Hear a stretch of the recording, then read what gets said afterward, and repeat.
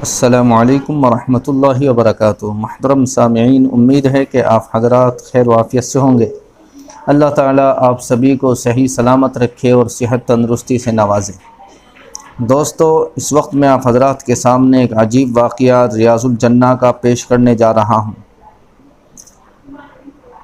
اس بھائی کا سوال آیا ہے کہ میں مسجد نبوی میں تھا، وہاں کچھ لوگ ریاض الجنہ میں نماز پڑھنے کے لیے ایک دوسرے کو دھکیل رہے تھے۔ میں نے ایک آدمی سے کہہ دیا کہ یہاں سے نماز پڑھ کر جنت میں نہیں چلے جاؤ گے، جنت تو اپنے عمل سے ملے گی۔ کیا میرے اس طرح کہنے سے ایمان میں کوئی فرق پڑا؟ کیونکہ میں نے صرف لوگوں کو ایک دوسرے کو دھکیلنے کی وجہ سے کہا تھا۔ معاذ اللہ، ریاض الجنہ کے بارے میں میرے دل میں کوئی بات نہیں تھی۔ دوستو، اس کے بارے میں علماء کرام اور مفتیان اعظام فرماتے ہیں کہ وہاں لوگ جہالت کی وجہ سے ایک دوسرے کو دھکیلتے ہیں، یعنی جاہل ہیں، علم نہیں ہے، اہمیت نہیں ہے، پتہ نہیں ہے کہ یہ جگہ کون سی ہے، یہ جگہ رحمت اور برکت والی ہے، یہ جنت کی زمین ہے، زمین کا ایک ٹکڑا ہے۔ ایک دوسرے کو دھکا دینا کسی طرح بھی مناسب نہیں ہے، چاہے ریاض الجنہ میں ہو یا ریاض الجنہ سے باہر ہو۔ کسی دوسرے کو تکلیف پہنچانا اسلام میں جائز نہیں ہے۔ بہرحال آپ کو ایسا جملہ مناسب نہ تھا، ایسی بات نہیں کہنی چاہیے تھی کہ یہاں نماز پڑھ کر جنت میں نہیں چلے جاؤ گے۔ وہاں نماز پڑھنا بھی ایک نیک عمل ہے جو جنت میں جانے کا ذریعہ بن سکتا ہے۔ وہاں کی دعا بھی جنت میں جانے کا ذریعہ بن سکتی ہے۔ آپ کے قول سے، آپ کے اس کہنے سے ریاض الجنہ میں نماز پڑھنے کی بے قدری ظاہر ہوتی ہے، یعنی ایسا لگتا ہے کہ آپ کے دل میں ریاض الجنہ کی قدر نہیں ہے اور وہاں کی نماز پڑھنے کی آپ کے دل کے اندر اہمیت نہیں ہے۔ آپ کو ایسی بات کہنے سے سچی پکی توبہ کرنی چاہیے اور اپنے اس گستاخانہ جملے پر صدق دل سے، یعنی سچے دل سے نادم ہو کر، شرمندہ ہو کر اللہ تعالیٰ سے معافی مانگنی چاہیے۔ دوستو، ہم نے بھی دیکھا ہے ریاض الجنہ میں کیونکہ جگہ بہت کم ہے اور بھیڑ بہت زیادہ ہے، تو ایک دوسرے کو جو ہے حاجی لوگ دھکا دیتے ہیں، وہ اس سے آگے بھاگنے کی کوشش کرتا ہے، وہ اس سے آگے بھاگنے کی کوشش کرتا ہے، اس طرح سے ایک دوسرے کو جو ہے دھکا دیتے ہیں۔ یہ کسی طرح سے بھی جائز نہیں ہے۔ دوستو، آپ وہاں کسی کو دھکا نہ دیں، آپ کی ذات سے کسی کو تکلیف نہ پہنچے۔ آپ کس جگہ ہیں، کس مقام پر ہے، کس مقدس مقام پر اللہ تعالیٰ نے آپ کو بھیجا ہے، تو اس لیے وہاں رہ کر آپ ایسا کام نہ کریں۔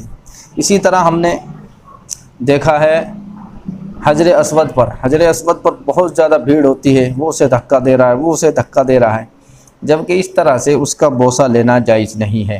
اگر آسانی سے آپ بوسہ لے سکتے ہیں بغیر کسی کو تکلیف پہنچائے تو لینا چاہیے، ورنہ لینا نہیں چاہیے، جبکہ فرما دیا گیا ہے کہ دور سے بھی آپ اشارہ کر کے اس کا بوسہ لیں گے تو وہ بھی اسی کا قائم مقام ہے، جیسا کہ آپ نے حجر اسود کو اپنے ہونٹوں سے چوم لیا۔ تو دوستو، ایسی گستاخی وہاں ہرگز نہ کریں۔ ادب احترام کے ساتھ وہاں کی مقدس زمین کا ادب احترام کرتے ہوئے پیار محبت کے ساتھ اس کام کو کرنا ہے۔ دوستو، حج کمیٹی آف انڈیا کی طرف سے کچھ اپڈیٹ بھی آئے ہیں جو حاجیوں کے لیے نہایت مسرت کی خبر ہے، اس کو بھی میں آپ حضرات کے سامنے شیئر کر رہا ہوں۔ دوستو، اس وقت جو خبر ہے وہ جموں کشمیر کی طرف سے ہے۔ جموں کشمیر کی جو فلائٹ جائے گی وہ 7 اور 8 جون میں جائے گی، صرف 2 تاریخ میں جائے گی۔ 2 تاریخوں میں ہی وہاں کے سب حاجی چلے جائیں گے۔ تو ان کے بارے میں جو ہے بتایا گیا ہے کہ جن کی فلائٹ SG 5707، جس کا نمبر یہ ہے فلائٹ نمبر SG 5707، تو انہیں 7 تاریخ میں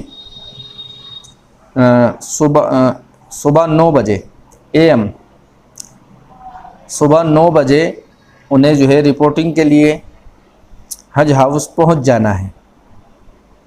انہیں شری نگر امبارکیشن پوائنٹ کے جو حج ہاؤس ہے وہاں آپ کو پہنچ جانا ہے، اور جن کی فلائٹ ہے SG 5807 انہیں بھی 7 تاریخ میں 11 بجے AM انہیں جو ہے رپورٹنگ کے لیے اپنا پاسپورٹ ویزا حاصل کرنے کے لیے شری نگر پہنچ جانا ہے حج کمیٹی کے حج ہاؤس پر۔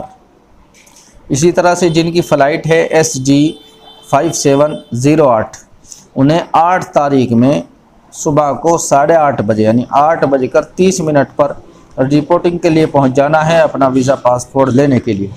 اسی طرح سے جن کی فلائٹ ہے SG 5808 ان کو 8 جون میں 11 بجے صبح AM انہیں جو ہے شری نگر حج ہاؤس پہنچ جانا ہے وہاں رپورٹنگ کے لیے، اور اپنا جو پیمنٹ کی سلپ ہے اسے لے کر کے جانا ہے، اور وہاں سے حج کمیٹی کی طرف سے visa passport ticket boarding pass ID card جو بھی آپ کو ملے وہ ساری چیز آپ کو لے لینی ہے۔ تو یہ خبر تھی جموں کشمیر کی طرف سے۔ جموں کشمیر کے حاجی تیار ہو جائیں اور اپنی تیاریوں میں مشغول ہو جائیں۔ اسی طرح سے ممتاز بین منصوری بھائی نے پوچھا ہے کہ گجرات کا ویٹنگ لسٹ جو ہے 2200 تک کا میسیج آ گیا تو وہ آئے گا کہ نہیں آئے گا؟ دیکھیے جب آپ کے پاس میسیج آ گیا ہے تو ضرور آئے گا انشاءاللہ، اس میں تو کوئی دقت ہی نہیں۔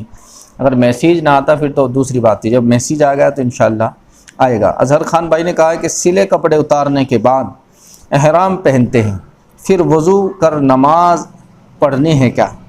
جی ہاں، سلے ہوئے کپڑے آپ اتار دیں گے، احرام باندھ لیں گے، وضو کر لیں گے، وضو کرنے کے بعد آپ جو ہے 2 رکعت پڑھیں گے۔ 2 رکعت پڑھنے کے بعد وہیں بیٹھے بیٹھے آپ کو جو ہے نیت کرنی ہے، اور اس کے بعد میں یہ عمرے کی بات بتا رہا ہوں میں، حج کا احرام تو بلڈنگ سے باندھا جائے گا 7 تاریخ میں، 7 ذی الحجہ میں، چاند کی 7 تاریخ میں، تو وہاں آپ اچھی طرح سے بلڈنگ پہ ہی وضو غسل کر کے اچھی طرح سے احرام باندھنے کے بعد میں آپ جو ہے 2 رکعت پڑھ لیں، اور اس کے بعد جو ہے آپ نیت کر سکتے ہیں حج کی۔ تلبیہ پڑھ لیں 3 بار کم سے کم، اور پورے راستے پڑھتے چلے جائیں۔